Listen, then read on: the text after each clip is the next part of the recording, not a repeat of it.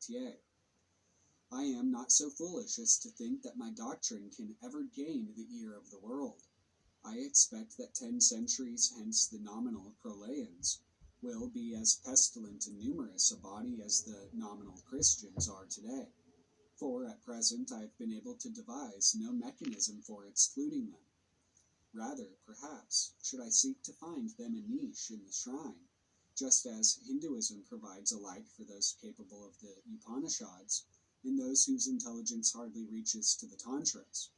In short, one must abandon the reality of religion for a sham, so that the religion may be universal enough for those few who are capable of its reality to nestle to its breast, and nurse their nature on its starry milk. But we anticipate. My message is then twofold. To the greasy bourgeois, I preach discontent. I shock him, I stagger him, I cut away earth from under his feet.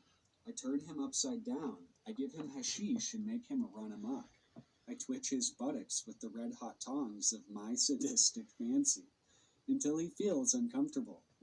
But to the man who is already as uneasy as St. Lawrence on his silver grill, who feels the spirit stir in him, even as a woman feels, and sickens at the first leap of the babe in her womb, to him I bring the splendid vision, the perfume and the glory, the knowledge and conversation of the holy guardian angel. And to whosoever hath attained that height will I put a further question, announce a further glory. It is my misfortune and not my fault that I am bound to deliver this elementary message. Man has two sides, one to face the world with, one to show a woman when he loves her. We must pardon Browning his body jest, for his truth is our truth. But it is your own fault if you are the world instead of the beloved, and only see of me what Moses saw of God. It is disgusting to have to spend one's life jetting dirt in the face of the British public, in the hope that in washing it they may wash off the acrid grease of their commercialism, the saline streaks of their hypocritical tears, the putrid perspiration of their morality, the dribbling slobber of their sentimentality in their religion, and they don't wash it. But let us take as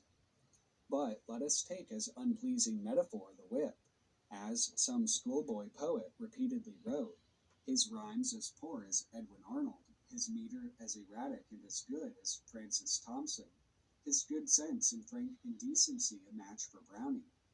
Can't be helped, must be done. So, nay, 'tis a bad, bad rhyme. And only after the scourge that smites shall come the rod that consoles, if I may borrow a somewhat daring simile from Abdullah Haji of Shiraz in the 23rd Psalm. Well, I would much prefer to spend my life at the rod.